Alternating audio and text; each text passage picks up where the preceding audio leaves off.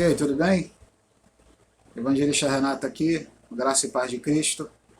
Então, voltamos com a continuação daquele vídeo do Salmo 23, agora os versículos 4, 5 e 6. Assista até o final e nos abençoe curtindo, se inscrevendo no nosso canal e ativando o sininho, tá bom? Deus te abençoe e vamos ver o vídeo.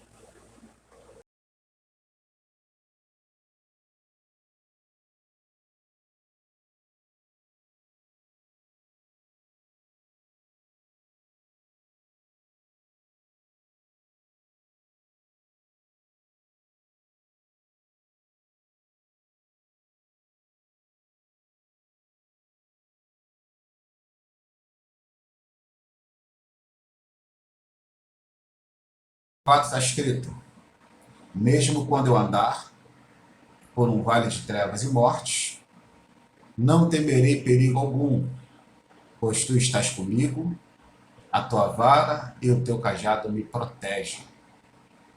Preparas um banquete para mim à vista dos meus inimigos. Tu me honras, ungindo a minha cabeça com óleo e fazendo transbordar o meu cálice. Sei que a bondade e a fidelidade me acompanharão todos os dias da minha vida e voltarei à casa do Senhor enquanto eu viver, escreveu o salmista Davi, aqui nos versículos 4 ao 6, dos versículos 4 ao 6 do Salmo 23. Então, lá no comecinho, quando nós falamos do Salmo 23, falamos das veredas da justiça e falamos de restaurar ou trazer de volta a minha alma, né? O salmista dizendo o que o pastor faz por ele. Quando ele se porta, lógico, se comporta como ovelha. E da importância também da ovelha saber que o pastor lhe conhece e que também é muito importante a ovelha conhecer bem a voz do seu pastor. Bom, aqui no versículo 4, do versículo 4 em diante, deixa eu chegar para aqui para mostrar essa parte aqui do meu braço, do versículo 4 em diante, o Davi, o rei Davi, ele fala sobre vales. Ele diz, mesmo quando, veja bem, que é escrito na versão da Bíblia Internacional, ele escreve, mesmo quando eu andar por um vale. Eu quero que você entenda que quando Deus, ou próximo de Deus entregar para os israelitas, os filhos de Jacó, os filhos de Israel, a terra prometida, lá no capítulo 11 do livro do Deuteronômio, do versículo 11 e 12, o Senhor deixou bem claro para aquele povo que a terra onde eles entrariam era uma terra cercada de montanhas e consecutivamente cercada de vales. Tá certo? Então aqui o salmista, que também era um profeta, não quis ser, mas acabou sendo, né? O salmista Davi, ele escreve, mesmo quando eu andar no vale, quero ressaltar essa palavra vale, porque existem dois tipos de vale, tá? Primeiro existe o vale que fica lá no topo, né? Ou não no topo, perdão, que fica lá no sopé da montanha, né? Na parte baixa da montanha. Esse vale é um vale que fica entre duas montanhas e é o vale mais baixo. E esses vales podem ser estreitos. Esses vales são cercados de obstáculos, onde impede a visão das ovelhas, muitas vezes impede a visão do pastor. Então ele pode ser inundado a qualquer hora por trombas d'água. De uma hora para outra esses vales podem ser inundados. Então é realmente perigosíssimo andar entre esses vales. fora os predadores, salteadores, ladrões, assassinos, que ali estavam aguardando a passagem das suas vítimas, ou das suas possíveis, as suas vítimas em potencial incautas. Então, o vale realmente era sinônimo de perigo. E também existiam os vales altos, que eram nas partes medianas para altas nas montanhas, que são aqueles abismos, né? Na subida da montanha para cima, onde do lado há a montanha e do outro lado só há precipício. Então, quando o salmista ele fala de vale, ele ressalta o perigo de andar no vale, ele não estava falando nada exagerado, não. Realmente era perigoso andar no vale. Era perigoso andar no vale. Por exemplo, no vale alto, no vale mediano para alto, a ovelha podia, numa distração, se o pastor também não estivesse atento à caminhada das ovelhas, ela podia tropeçar e despencar montanha abaixo e cair. Por quê? Por que está falando isso, o evangelista Renato? Porque o costume do pastor era acordar bem cedinho, de madrugada, tá bom? Esse nosso horário aqui ocidental, no horário do Brasil, da América, o nosso horário aqui do Sul, lá pelas 4 ou 3 horas da manhã, 3, 4 horas da manhã, quando o dia ainda não tinha clareado, o dia não tinha amanhecido totalmente, ele se preparar com as ovelhas para uma caminhada muito longa, por onde ele passaria por desertos, por vales, subiria por vales altos, vales baixos também, passaria por vales baixos, até chegar no lugar de descanso, né? Lá no lugar onde ele encontraria os pastos verdejantes. Os pastos verdejantes geralmente eram o gramado, né? A relva que havia acabado de ser abençoada pela chuva, então ela estava bem suculenta.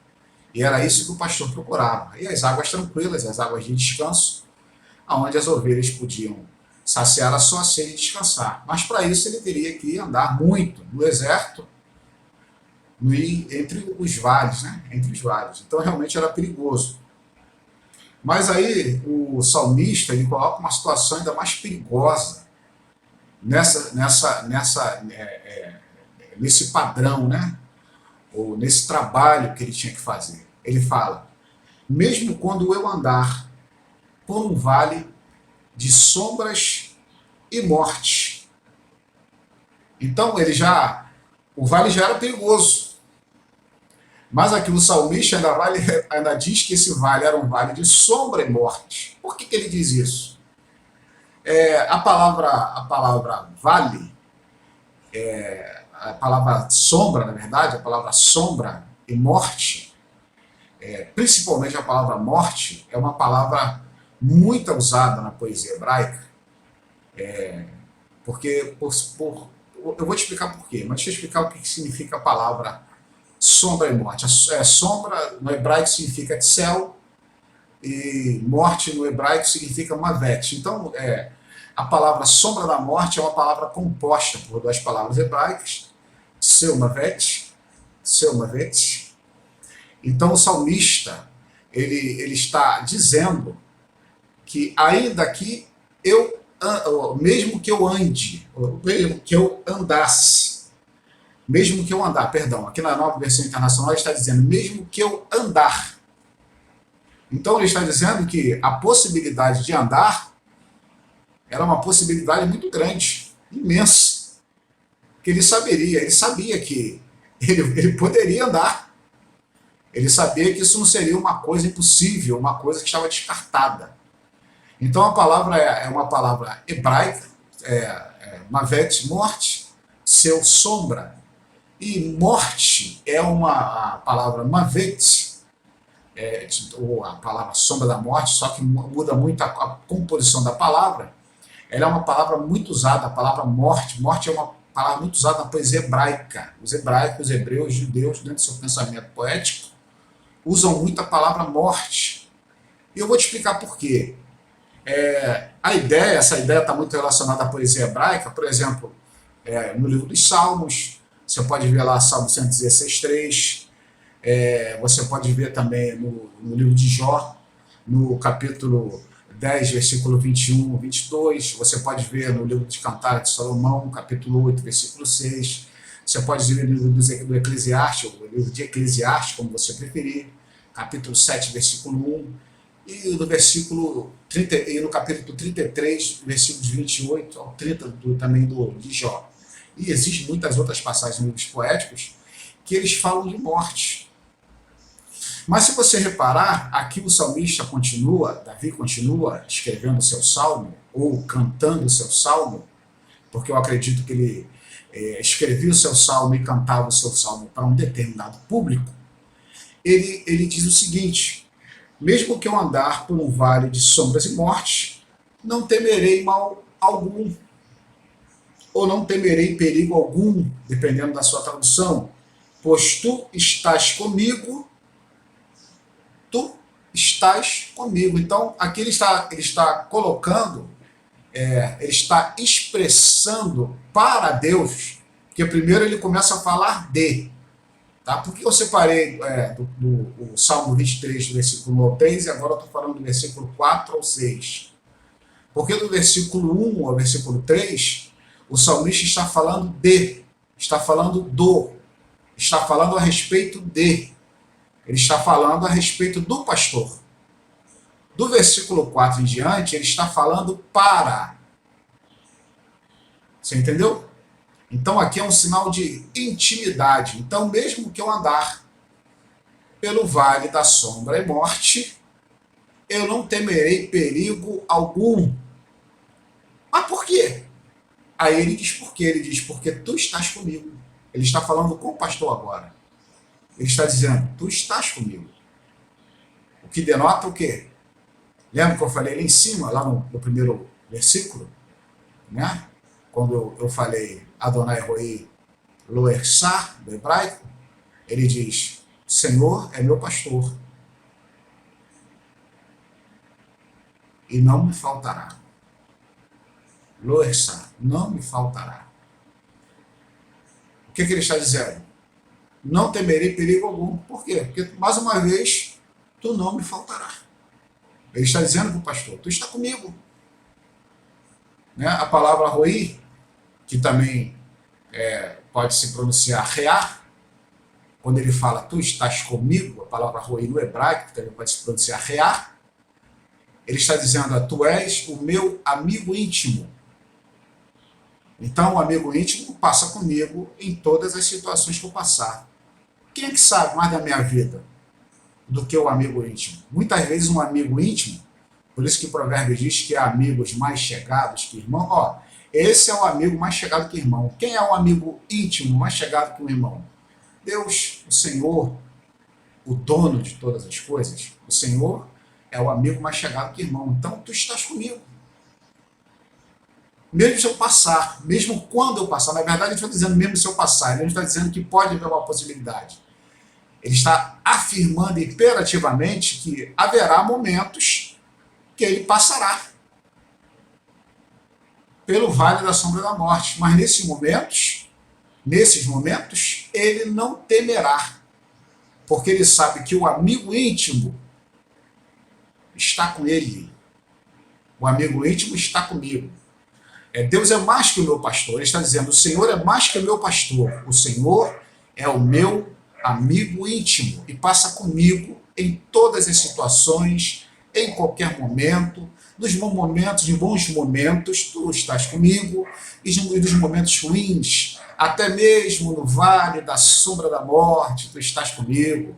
Quando eu tiver que enfrentar os perigos do vale, a sombra, a escuridão, os salteadores, os ladrões, os predadores, eu sei que tu estás comigo.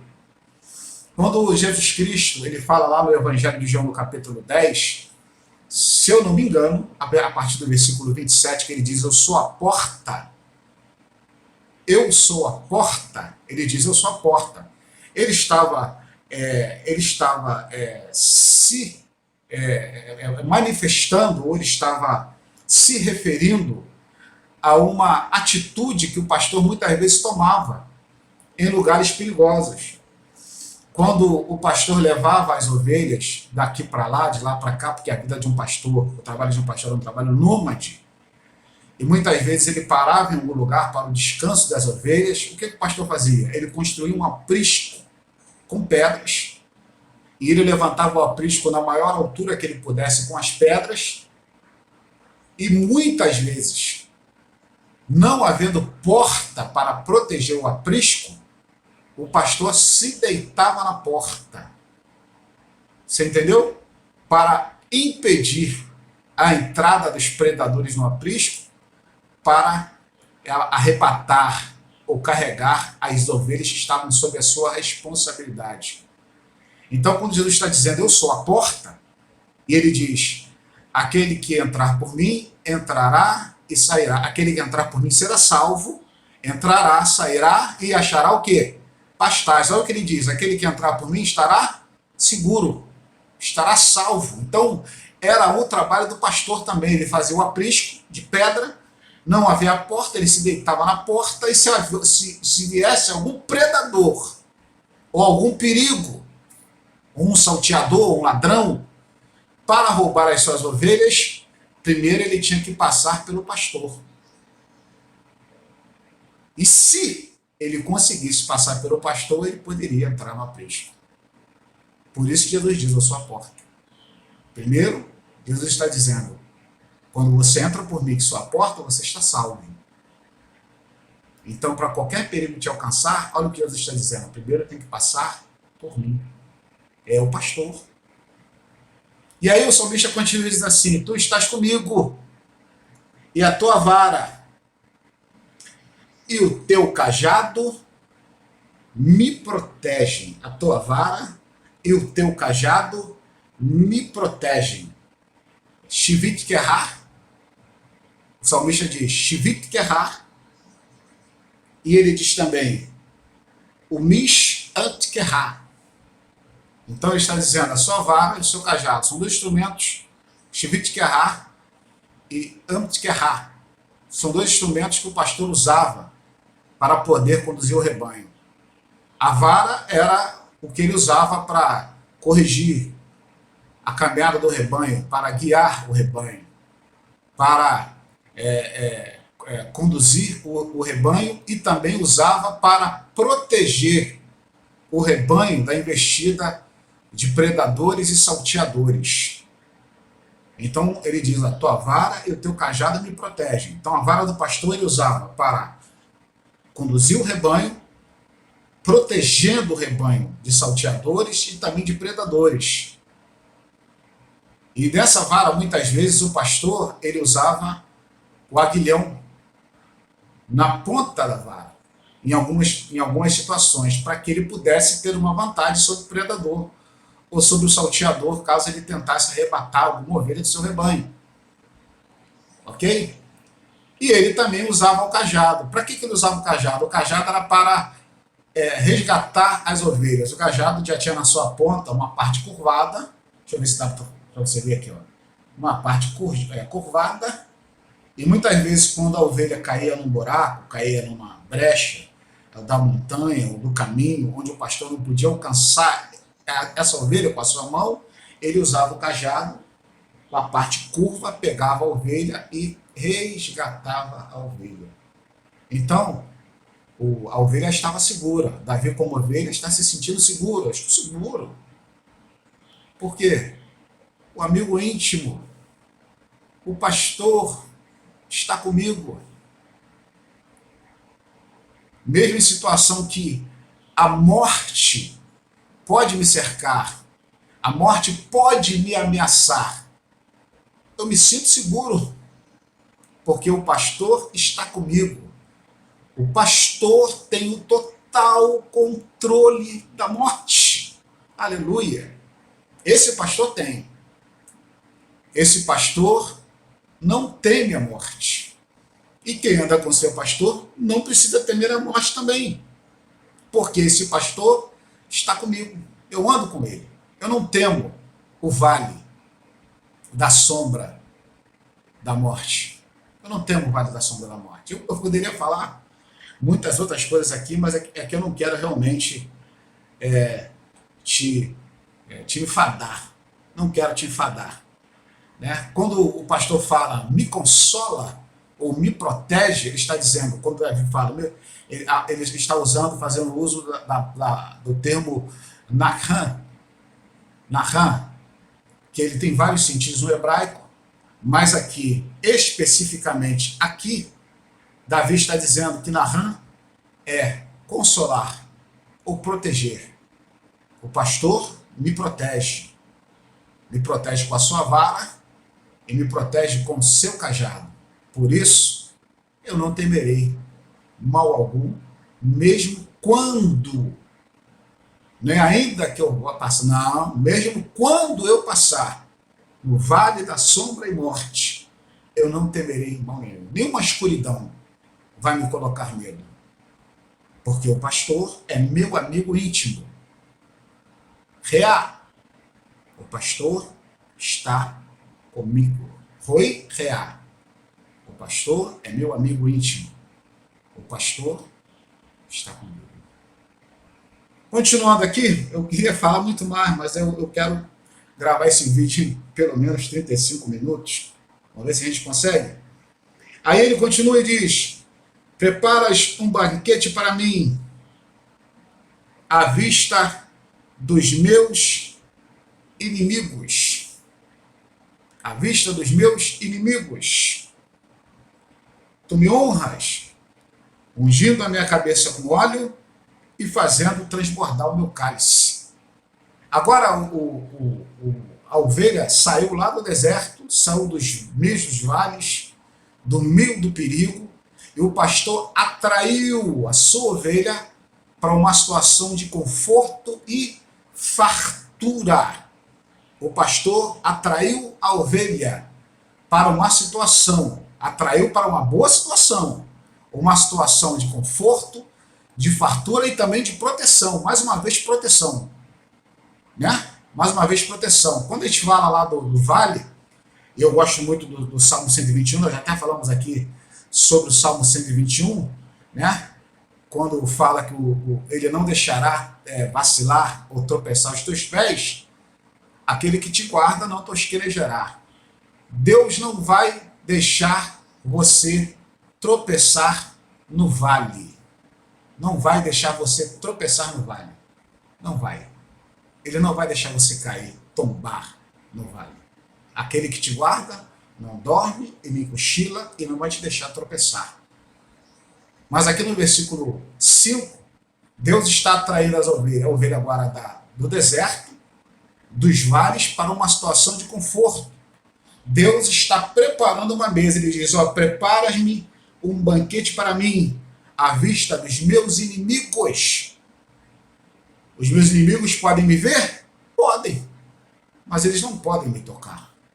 Porque eu estou na presença do grande pastor, do protetor, do amigo íntimo. E eles não podem me tocar. Enquanto eu estiver na presença do meu amigo íntimo, do meu pastor, eles não podem me tocar. Eles estão me vendo, mas não podem fazer nada contra mim, porque o pastor está comigo. E aqui ele fala de fartura. E aí eu coloquei aqui no meu estudo aqui nessa parte, eu coloquei Salmo 78, versículo 19, onde o salmista diz assim: duvidaram de Deus, dizendo, poderá Deus preparar uma mesa no deserto? Claro que pode. Deus pode fazer qualquer coisa. Deus pode fazer tudo o que Ele quiser por você. Deus pode me preparar. E Deus pode te preparar uma mesa no deserto. Mesmo nas situações mais adversas, nas situações mais contrárias da nossa vida, Deus pode converter em situações de bênçãos, em situações de alegria, de fartura e de prosperidade. O pastor pode sim me preparar e te preparar uma mesa no deserto. Que coisa linda, não é? Tu me honra. E ele diz: unges a minha cabeça com óleo. Esse é o óleo da unção, tá, irmãos?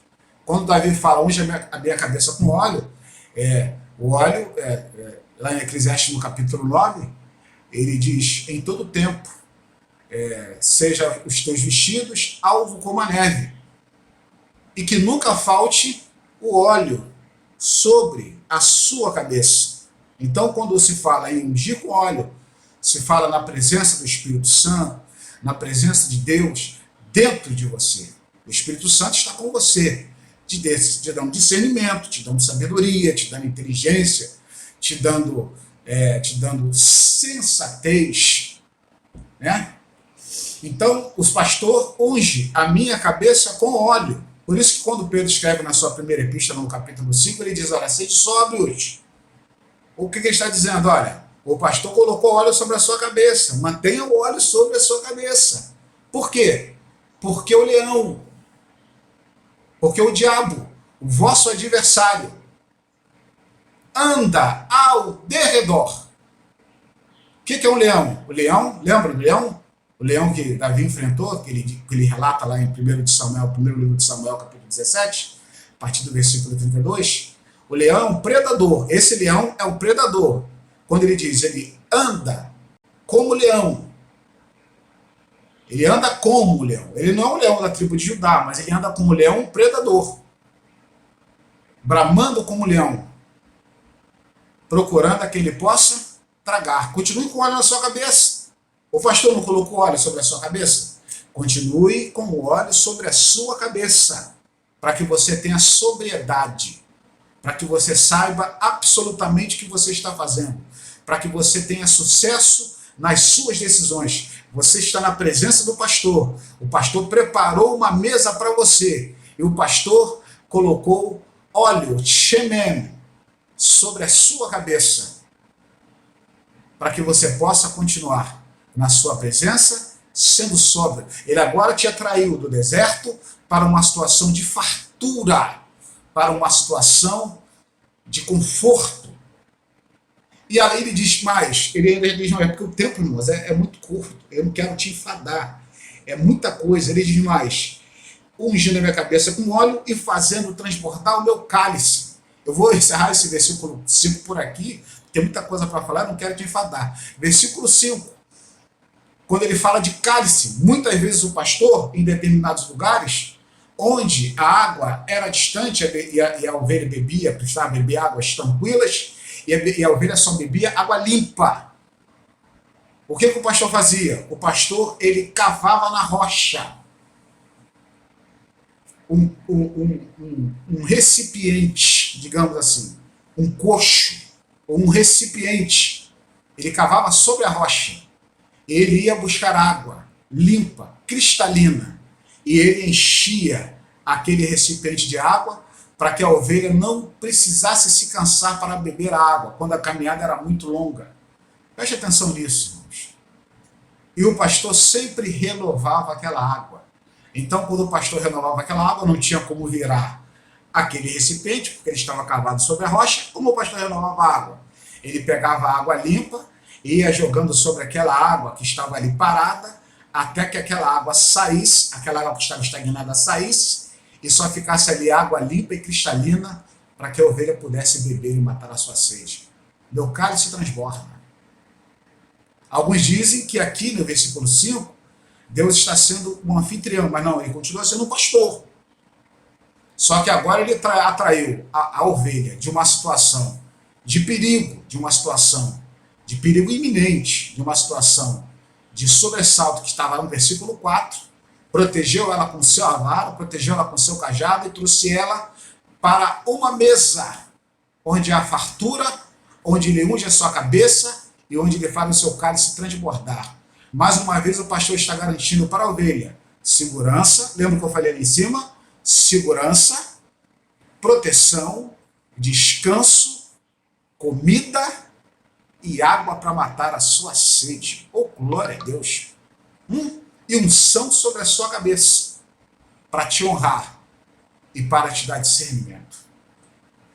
E aí no versículo 6, o salmista conclui, e ele escreve, sei que a bondade e a fidelidade me acompanharão todos os dias da minha vida. Olha só que coisa maravilhosa. Sei que a bondade e a fidelidade me acompanharão todos os dias da minha vida. E voltarei à casa do Senhor enquanto eu viver. Ele conclui: a bondade e a fidelidade me acompanharão. A melhor tradução para me acompanharão é: me perseguirão até que me alcancem. Ô, glória a Deus. Você está entendendo isso? A bondade e a fidelidade me seguirão, me perseguirão, correrão atrás de mim, até que me alcance. E aqui ele não está dizendo de quem é a bondade e de quem é a fidelidade. E isso nos leva a pensar o quê? Ele nos leva a pensar que da mesma maneira que Deus é fiel e bondoso, nós temos que ser também. Da mesma maneira que Deus tem fidelidade e bondade, eu e você temos que ter fidelidade e bondade. Ela tem que nos acompanhar, não só da parte de Deus, mas também da parte do nosso caráter. É isso que o salmista está dizendo. Bondade e fidelidade me acompanharão ou me perseguirão até me alcançar. O que ele está dizendo com isso? Por causa da minha bondade, da minha fidelidade, da mesma maneira Deus me tratará. Eu sendo bondoso e fiel, Deus será comigo também bondoso e fiel. Porque bondade atrai bondade e fidelidade atrai fidelidade. E elas me perseguirão. Aleluia. Eu não vou correr atrás de bênção. A bênção vai me perseguir até me alcançar. A bênção vai te perseguir até te alcançar. Por quê? Porque você está sob a proteção do pastor. Você está sob a proteção do amigo íntimo. E aí, Deuteronômio capítulo 28, nós lembramos lá que as bênçãos te alcançarão, te perseguirão. Essas bênçãos te perseguirão até te alcançar. Por causa do quê? Da tua bondade e da tua fidelidade. O Senhor também será bondoso e fiel contigo. Entendeu? Ovelha. Eu sou ovelha. Você não é ovelha? Então, se você é ovelha, você conhece o seu pastor te conhece. E quando nós conhecemos o pastor e ele nos conhece, nós temos intimidade com ele. E quando nós temos intimidade com ele, nós conhecemos também a sua voz. Ele diz o que nós temos que fazer. E nós não só ouvimos, nós ouvimos e praticamos. Por isso que Jesus fala, né, no capítulo 7 do Evangelho de Lucas, que é aquele que ouve e pratica as minhas palavras, né? Pois é, se você ouve, você pratica, as bênçãos do Senhor vão te alcançar. Você é ovelha? Então você tem que conhecer a voz do seu pastor. Eu sou ovelha, eu tenho que conhecer a voz do meu pastor. E agora eu quero encerrar. E ele diz: e voltarei à casa do Senhor enquanto eu viver. Voltarei à casa do Senhor enquanto eu viver. Em outras traduções está dizendo: habitarei na casa do Senhor por longos dias. Aqui ele está dizendo: voltarei à casa do Senhor. Então ele está dizendo: continuamente estarei na casa do Senhor. Ele quer dizer, continuamente estarei na presença do Senhor. Sempre estarei na presença do Senhor. O Senhor sempre estará comigo e eu sempre estarei com Ele. Lá no Salmo 27, no versículos 4 e 5, o salmista Davi escreve: uma coisa pedi ao Senhor e a buscarei, que possa morar na casa do Senhor todos os dias da minha vida, para contemplar a formosura do Senhor, inquirir ou aprender no seu templo, porque no dia da adversidade o Senhor me esconderá no seu pavilhão, no oculto do seu tabernáculo me esconderá, por-me-á sobre uma rocha. Aleluia, aleluia. Glória a Deus. Lembra que eu falei? Proteção, provisão. e unção também.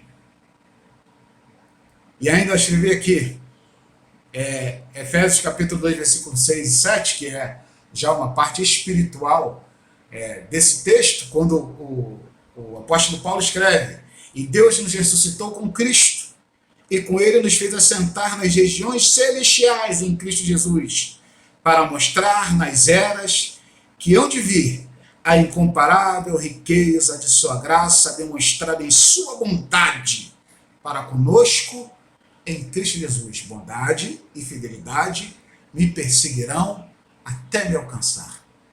Aqui é o ápice dessa bondade e dessa fidelidade. Efésios capítulo 2, versículo 6 e também o versículo 7.